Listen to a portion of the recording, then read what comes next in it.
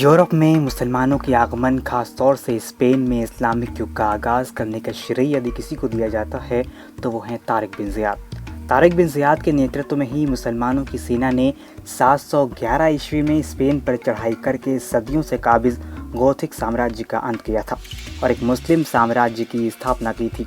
लेकिन कम लोग जानते हैं तारिक बिन ज़ियाद की इस सफलता के पीछे एक ऐसे शख्स का बड़ा हाथ था जिसके बगैर शायद तारिक के लिए स्पेन फतेह करने की कल्पना करना भी मुश्किल था। यह कहना गलत नहीं होगा कि तारिक बिन ज़ियाद ने जिस प्लान पर अमल दरामद करके स्पेन फतेह किया था उस प्लान को इसी शख्स ने तैयार किया था। हम बात कर रहे हैं मशहूर उमैयद मिलिट्री जनरल मूसा बिन नसीर की। मूसा बिन नसीर ने छठे उमैयद खलीफा अल वालिद बिन अब्दुल मलिक बिन मरवान के शासनकाल में इफ्रीकिया या अल मगरिब अल अदना के गवर्नर के रूप में कार्य किया था।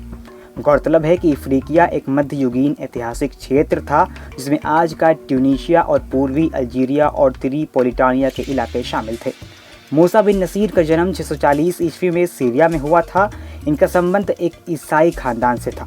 633 ईस्वी में जब महान इस्लामिक कमांडर खालिद बिन वलीद ने इराक के आइन अल तमर को फतेह किया था तब इनके पिता मदीना चले गए थे। वहाँ इस्लाम कबूल करने के बाद मिस्र के गवर्नर खलीफा अब्दुल अजीज़ बिन मरवान से इनकी काफ़ी गहरी दोस्ती हो गई थी। मूसा की शुरुआती ज़िंदगी खलीफा की देख रेख में गुजरी। बचपन से ही मूसा ने अपनी ईमानदारी और बुद्धिमत्ता से खलीफा इब्न मरवान को खूब प्रभावित किया। इसी के चलते बहुत कम उम्र में खलीफा ने उन्हें इराक के शहर बसरा में वित्त विभाग की अहम जिम्मेदारी सौंप दी। मूसा के ही नेतृत्व में मुसलमानों ने उत्तरी अफ्रीका, बेलिएरिक आइलैंड और सार्डिनिया पर विजय प्राप्त की थी। इस बड़ी कामयाबी के बाद 698 ईस्वी में उन्हें इफ्रीकिया का गवर्नर नियुक्त कर दिया गया। गवर्नर बनने के बाद उन्होंने मोरक्को के अधिकांश हिस्से पर मुसलमानों का नियंत्रण स्थापित किया और तंजीर का पहला मुस्लिम जनरल होने की उपलब्धि भी हासिल की। शुरुआती शासनकाल में उन्हें बाइजेंटाइन नौसेना के भीषण हमलों का भी सामना करना पड़ा। इसके बाद मूसा ने अपनी एक नौसेना का गठन किया। अफ्रीका के अधिकांश हिस्से पर कब्जा करने के बाद मूसा अब यूरोप की तरफ देख रहे थे।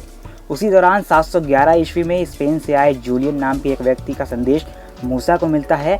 संदेश में कहा जाता है कि स्पेन में काबिज गोथिक साम्राज्य का राजा रॉड्रिक स्पेनिश जनता के भयंकर मानवाधिकार उल्लंघनों में संलिप्त है। संदेश में मूसा से गुहार लगाई जाती है कि स्पेनिश जनता को रॉड्रिक के अत्याचारों से बचाने के लिए वे अपनी सेना स्पेन भेज दें।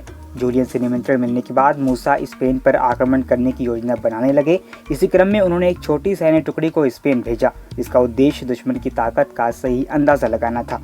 इस टुकड़ी ने स्पेन पहुंचने के बाद तारिफा नामक स्पेनिश तट पर मामूली झड़प के बाद कब्जा जमा लिया। गवर्नर मूसा को यह खबर पहुंचाई गई कि रॉड्रिक की सेना की तरफ से उन्हें किसी बड़े प्रतिरोध का सामना नहीं करना पड़ा है, इसलिए यह स्पेन पर आक्रमण करने का सही समय है। इसके बाद मूसा 7000 अरब मुसलमानों की सेना को स्पेन की ओर रवाना कर देते हैं। इस सेना का नेतृत्व मूसा के करीबी तारिक बिन ज़ियाद कर रहे थे। तारिक की सेना स्पेन के जिस हेडलैंड पर सबसे पहले उतरी थी उसे जबल अल तारिक का नाम दिया गया, जिसे अब जिब्राल्टर के नाम से जाना जाता है। जिब्राल्टर पहुंचने के 3 सप्ताह बाद तारिक की सेना का सामना रॉड्रिक की 1 लाख सैनिकों वाली विशाल सेना से हुआ। दोनों के बीच भीषण युद्ध हुआ और अंत में मुसलमानों ने ये युद्ध जीत लिया।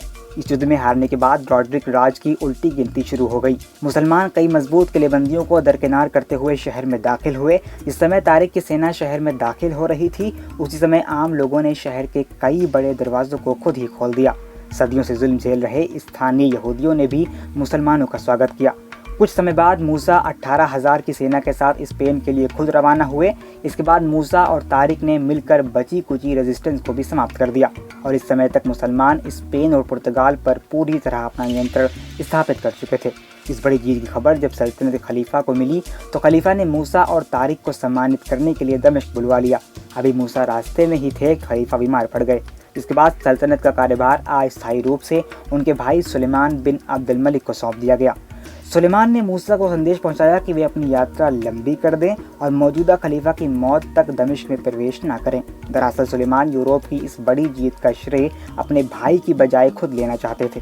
हालांकि मूसा सुलेमान के आदेश को दरकिनार करते हुए तय समय पर दमिश्क पहुंच गए। बीमार खलीफा ने उन्हें सम्मानित किया और सल्तनत की एक अहम जिम्मेदारी उन्हें सौंप दी। कुछ समय बाद खलीफा का निधन हो गया, जिसके बाद सुलेमान बिन अब्दुल मलिक आधिकारिक रूप से नए खलीफा घोषित कर दिए गए।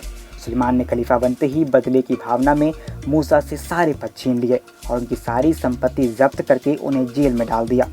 लंबे समय तक जेल में रहने के बाद मूसा के किसी करीबी ने उन्हें जेल से आज़ाद करवाया और करीब 716 ईस्वी में अपनी पवित्र हज यात्रा के दौरान मूसा का निधन हो गया।